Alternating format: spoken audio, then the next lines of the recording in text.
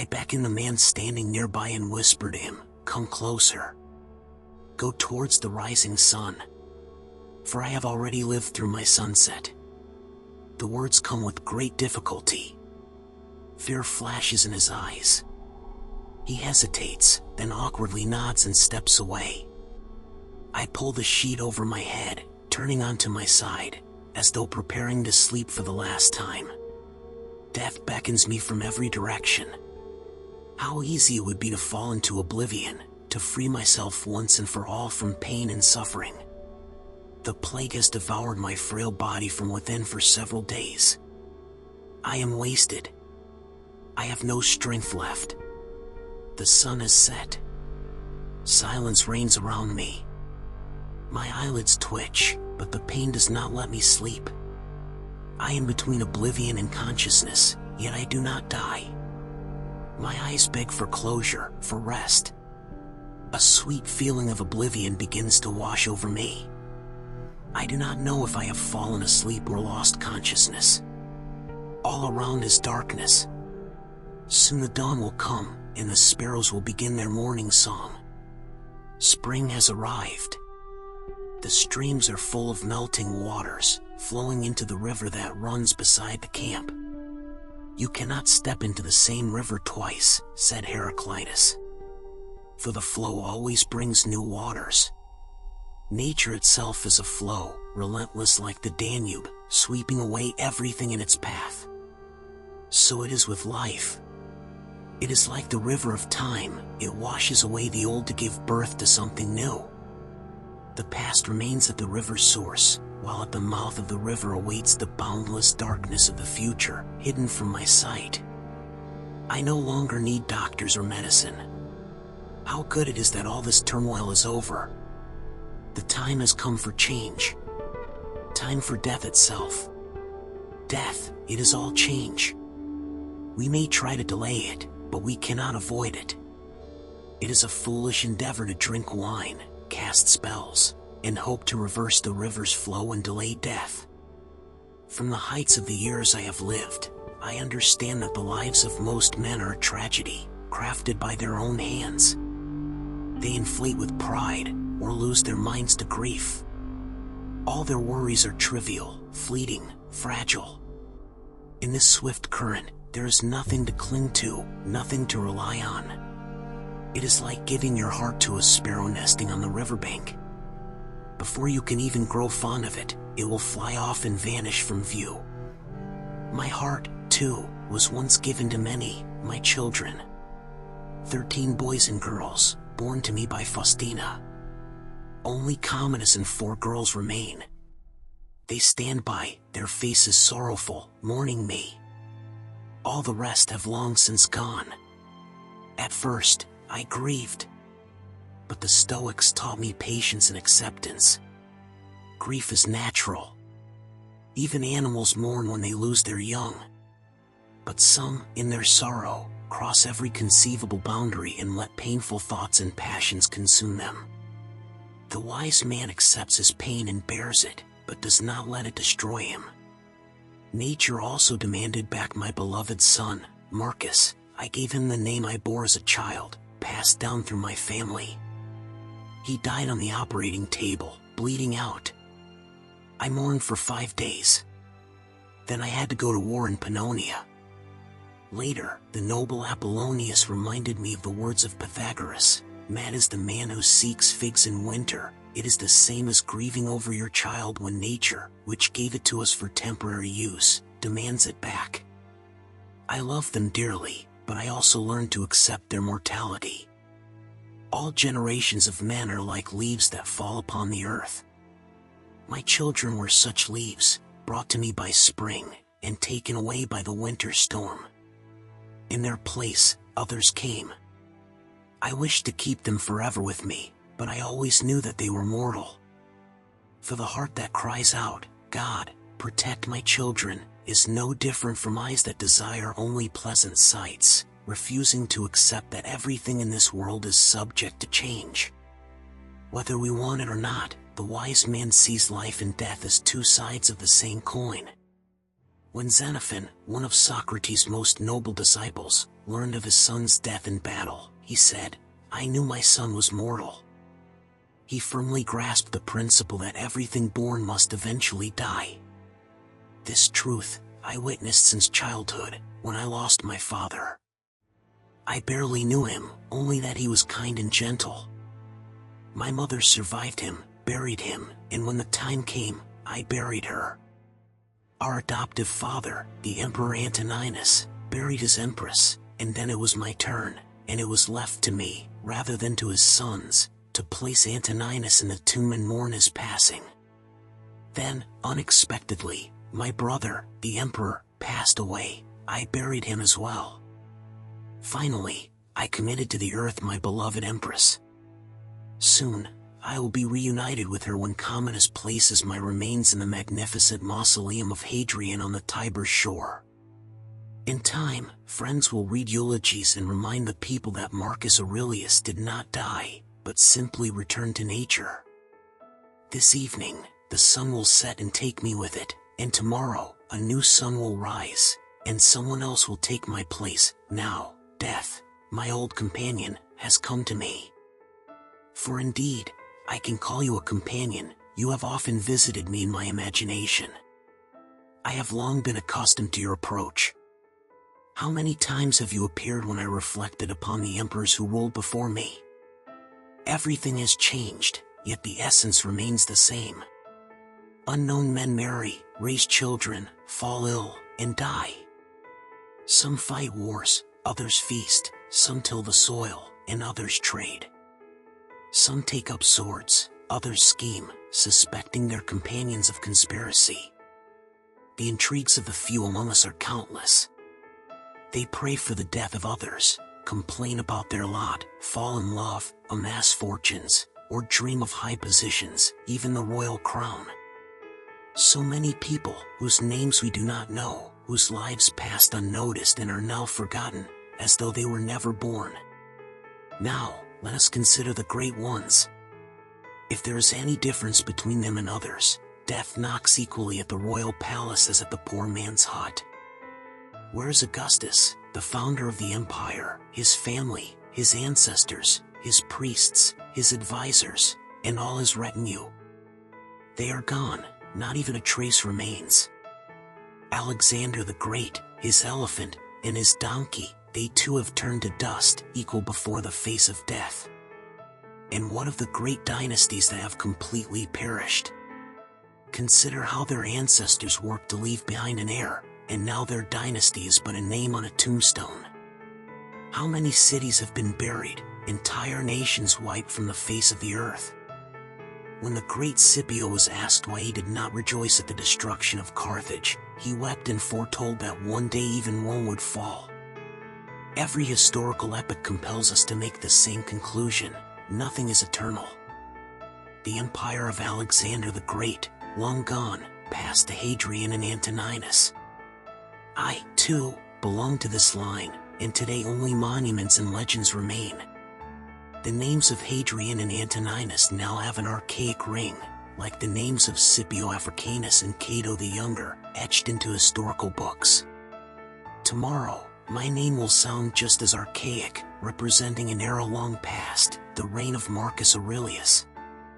I will join Augustus, Vespasian, Trajan, and others. Truthfully, it matters little whether people will remember me at all. How many, to whom we have sung praises, are long forgotten, just as are those who once sang them? It is mere vanity to worry about how our deeds will be remembered in history. Even now, I am surrounded by people greatly concerned about how future generations will regard them. With equal reason, they could lament that their names were unknown long before they were born. One should not chase after human fame, for it is fleeting. What truly matters is how I meet this brief moment, as I begin to slowly fade away, like a dream, slipping into oblivion. And you, death, were you present when we triumphantly paraded through the streets of Rome, riding on chariots, as slaves held golden wreaths above our heads, whispering in our ears, "Remember that you must die," along with the many trophies of gold and treasure, and the captives, bound in chains, whom we paraded through the streets of Rome? They brought with them from the east something far more ominous, the plague, which followed them all the way to Rome. For 14 years, this dreadful disease ravaged, filling carts with the bodies of the dead Romans. And then it came for the next Caesar. The Stoics taught me to look death squarely in the eyes, to say to myself the merciless truth, I am mortal, and yet to remain cheerful. As Zeno, the founder of our school, once said, even as an old man, he stumbled and fell. He struck the ground with his hand in frustration and said, I am the one who is going, why do you call me? So now, I am old too. You may call me, I am ready for this meeting with death. Yet, so many people utter its name in terror. The Stoics taught me that no word has a bad omen. Socrates was the first to come up with the idea that death is a terrifying mask, meant to frighten children. He said, friends, if the childish part of you fears death, you must sing its songs every day to charm it, and then it will vanish. If I perceive death as it truly is, subjecting it to rational analysis, peeling away the beliefs that cover it, in the end, it turns out to be nothing more than a natural process. Look behind the mask. Study what lies beneath, and you will realize that no harm will come to you. For the fear of death in childhood is perhaps the greatest affliction in life. The fear of death causes us more harm than death itself, for it turns us into cowards, while death merely returns us to nature. Wise and good people, without a doubt, enjoy life, yet they do not fear death. If we fear the end, can we truly say that we live life to the fullest? Indeed, to learn to die is to free oneself from servitude. I must die, but must I groan at it? For it is not death that disturbs us, but our judgments about it. Socrates was not afraid of death. He saw it as neither good nor bad. The morning of his execution, he casually told his friends that philosophy is the reflection on our mortality, a lifelong endeavor. In his view, the true philosopher fears his own death less than anyone else, for the one who loves wisdom above all else is constantly prepared to meet his end. To rehearse one's own death is to understand what freedom is and to prepare with dignity for the parting. I have long been walking on the road to meet death, from the very moment I was born. Everything in nature has a beginning, middle, and end. Thus, the ripe bunch of green grapes becomes shriveled raisins. Every stage of human life has its conclusion: childhood, adolescence, maturity, and old age. Without a doubt, my body is no longer what my mother gave me at birth, for from the moment of my birth, I change every day, I die every day. If there is nothing terrible in these small deaths, why should I fear the final moment? If death is but the loss of consciousness, is it worth trembling over? It is clear when something is thought to be bad, as opposed to something good, but death is nothing. It is merely the absence of sensation, no worse than an ordinary sleep. Moreover, death frees us from pain. It is the boundary beyond which our suffering ends. It returns us to the state of calm we experienced before birth. Before my birth, I was dead for an infinite succession of ages, and yet I was not troubled by it, as the Epicureans say. I never existed, and now I do not exist. It does not concern me, for it does not bother me that my body occupies only a tiny fragment of space. Why should I fear that it will occupy only a tiny span of time? In any case, if we look at it from another perspective, we do not vanish into nothingness. Instead, by decomposing, we return to nature. I will return to the earth from which my father received his seed, my mother her blood, my nurse her milk, and from which I, every day, receive food and water, because everything has its origin in one source and returns to it, taking another form. It is like molding from soft wax, first a small horse, then a small tree, and then a human. Nothing is destroyed, it simply returns to the embrace of nature and becomes something else. This is an endless process, one thing becoming something else. Today I will drop my family, tomorrow my bones. Death is a part of the whole, just as today is a part of the day, as 1 hour is a part of the whole day. I must come, and as 1 hour, I must also leave. The more we perceive ourselves as parts of the whole, the deeper we realize the mortality of our bodies. I have always reminded myself that I am not destined to live 1,000 years and that death is not far off. Each day I lived as if it were my last, preparing myself for this moment. Now, when death has finally come for me, I understand that this moment is no different from all the others. I have the choice to die well or die poorly. Philosophy has prepared me very well for this. Do you think human life has such immense significance for a person with a great soul, who has indulged in his thoughts all the time and space? Socrates asked, no, for such a person, death will not seem dreadful. But for a while, my soul dissolves into a dreamlike state, ready to slip into complete insensibility. What a wonderful power lies in the thought that it can, in a second, soar over the world, embracing and encompassing more and more pleasant memories, wandering through its dreams around the globe, and bidding farewell to it. I feel as if, separating from the earth, like Zeus in Homer's tale, gazing down upon the earth from Olympus, my attention spans across the country of the Thracians, who love horses, then Greece, Persia, India, and the surrounding waters, which from a height seem as dark as wine. Or as Scipio Africanus, who, while in his room, dreamed that he carried the world above, and for a brief moment saw it all from the stars. Through my daily historical practices, I have long prepared my mind for the view of the world as if I were gazing from a higher plane. Plato said that any person who wishes to understand the motives of others must look down upon all earthly matters, as though observing them from a high watchtower. I will practice this perhaps every day, as my teachers did, imagining how I suddenly soar upwards and contemplate the complex tapestry of human life. Now, as life gradually leaves my body, my dreams transform into visions so real that they can be touched. How insignificant human quarrels over countless trifles seem from this height, like little children who only think of which toys to play with. People fill their minds with futile fears and desires that estrange their minds from nature. Now, I see them below me, vast statues of human animals, numerous field workers who toil without straightening their backs, foreign merchants of all nationalities, and crowds of soldiers marching to war. From here, they look like ants, scurrying across the earth, constantly occupied, an anonymous, boiling mass wandering through the labyrinth stretching before them, often leading men and women astray. Children, slaves, and aristocrats, born and dying, marrying and divorcing, rejoicing at festivals and mourning their losses. The exhausting chatter in the courts. Hundreds of thousands of faces, friends and strangers, passed by me. I see how from humble settlements, great cities rise, which for a time prosper, and then, one fine day, turn into abandoned ruins. Peoples who were barbarians at the dawn of their existence forge their way to civilization and then fall back into barbarism.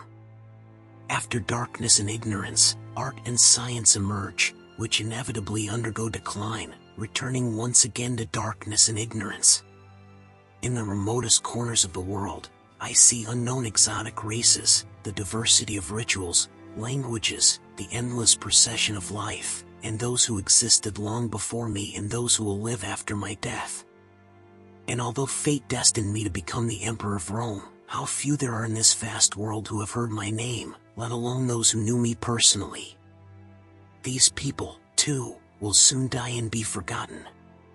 I am once again filled with admiration at the soul's ability to rid itself of countless miseries, opening up and embracing the entire universe, contemplating the finitude and transience of all things, the sclerosis of our lives and the lives of others.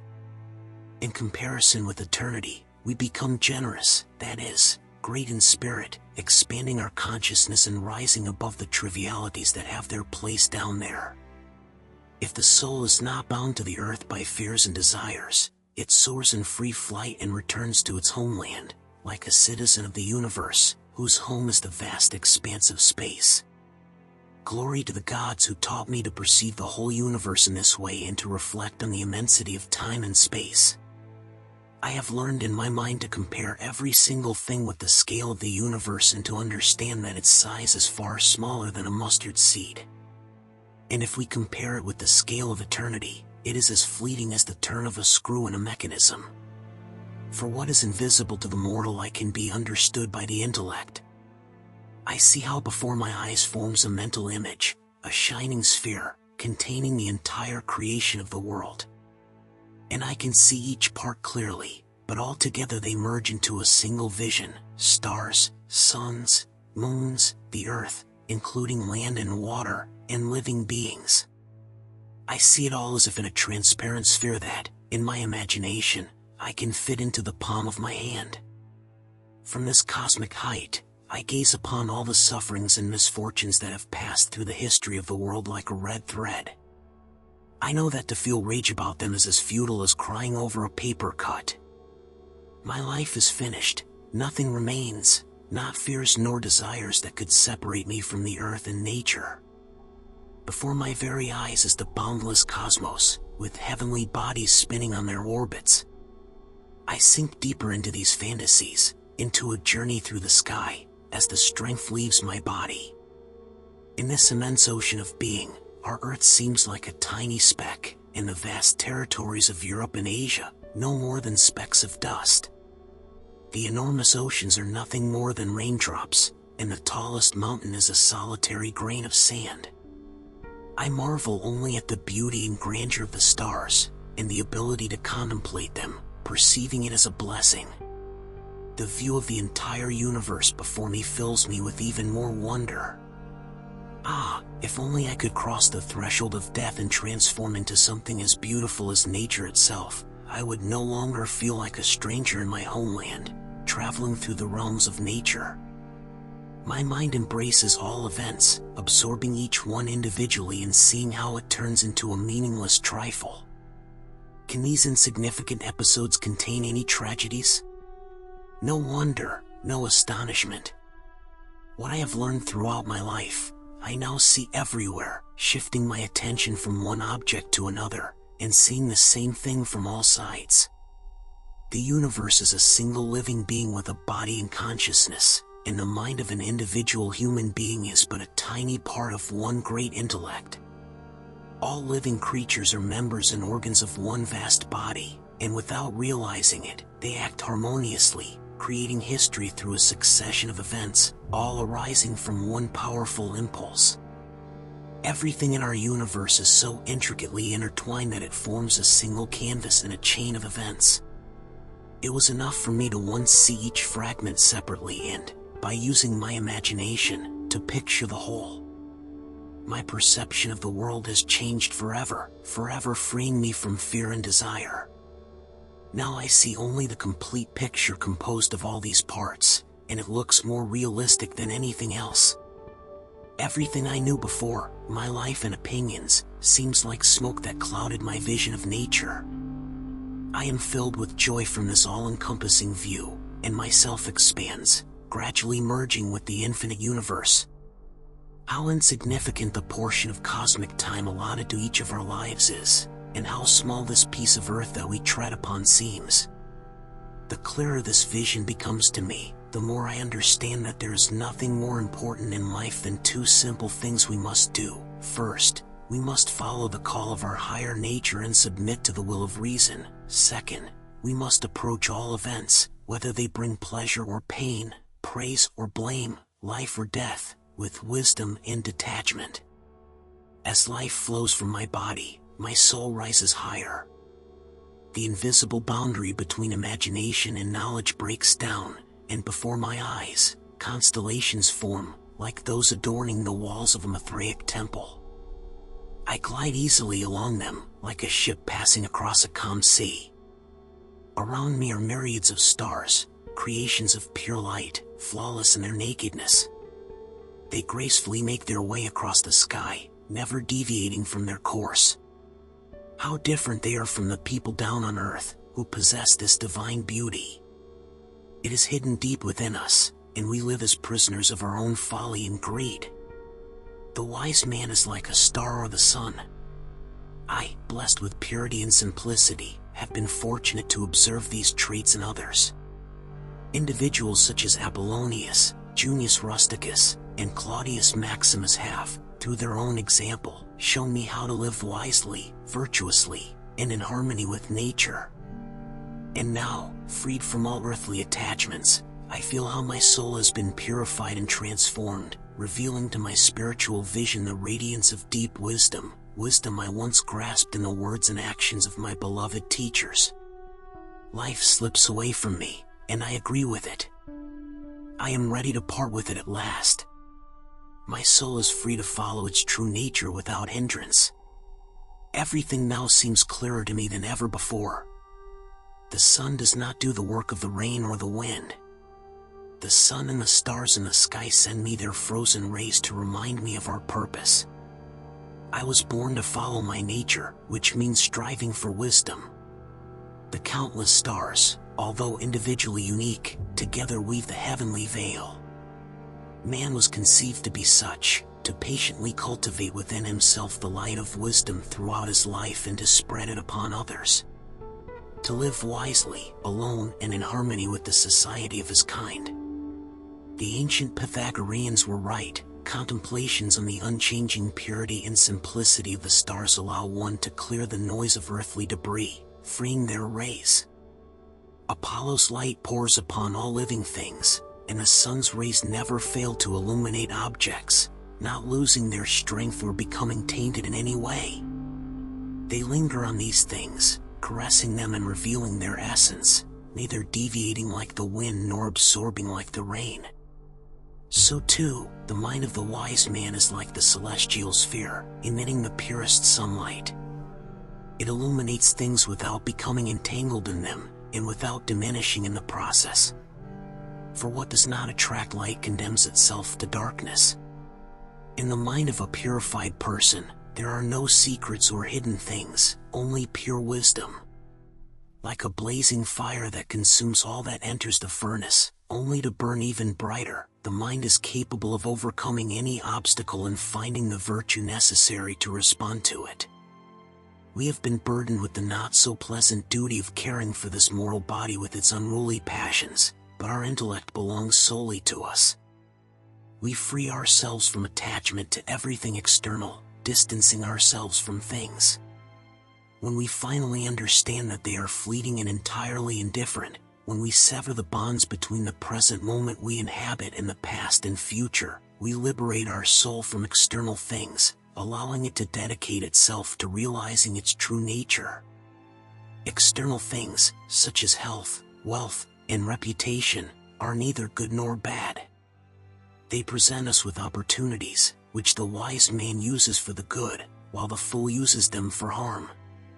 Though people seek wealth and luxury, all they do is refine their soul no more than a golden bridle on a horse. Through these external goods, we only pollute ourselves. We merge with things, confusing them with what is truly beneficial for our soul. Rising above indifferent things, the mind of the sage becomes like a smooth, round sphere, as Empedocles described. It does not extend beyond itself, neither mixing with external things nor avoiding them. The mind evenly distributes its light to the world around it, perfectly smooth, round, bright, and radiant. Nothing adheres to its surface, and nothing can harm it. I still feel the pain in my body, in the place that still bleeds and shudders. Now, it seems distant, and it no longer troubles me. Soon, I will slip into unconsciousness once more, probably for the last time. Thus, I bid farewell to myself, content and untroubled by this loss. I take my final step toward death, not as an enemy, but as an old friend and sparring partner. I gently clench my fists and, relying on the unknown, the unseen, the last time, armed with the principles of my philosophy, I reflect, the span of human life is but a tiny dot in time. Its substance constantly slips away, and meaning is hidden from us. The entire structure of our body moves toward decay, Its soul, troubled by a whirlwind, is subject to the changing winds of fortune, while fame proves unreliable. In short, everything is bound to the body, like a rushing stream, whereas that which is tied to the soul is like, well, a couple of things. Life is a battle and an encampment on foreign soil. Our reputation after death will turn into non-being. So, what then should guide a man? Only philosophy, love of wisdom. And philosophy is this: a man must preserve within himself that inner genius, that divine spark, and protect it from violence and harm, but above all from destructive sufferings or fleeting pleasures. He must do nothing without purpose or with complex or hypocritical intentions, regardless of the actions or inactions of others. He should be content with whatever falls to him, knowing it all flows from the same source from which he himself came. Above all, he must remain humble and calm, ready to face death as the dissolution of the elements from which any living being is formed. And if the very elements themselves do not feel the slightest pain in the transition from one form to another, in their dissolution or transformation, if this is inherent in their processes, then why should man fear it? Is this not a natural and necessary phenomenon? And everything in harmony with nature cannot be evil. Outside, it may already be dawn, but I can no longer perceive it. My eyes are too weak, and around me is pure darkness. I will not live to see the next sunrise. But this matters not.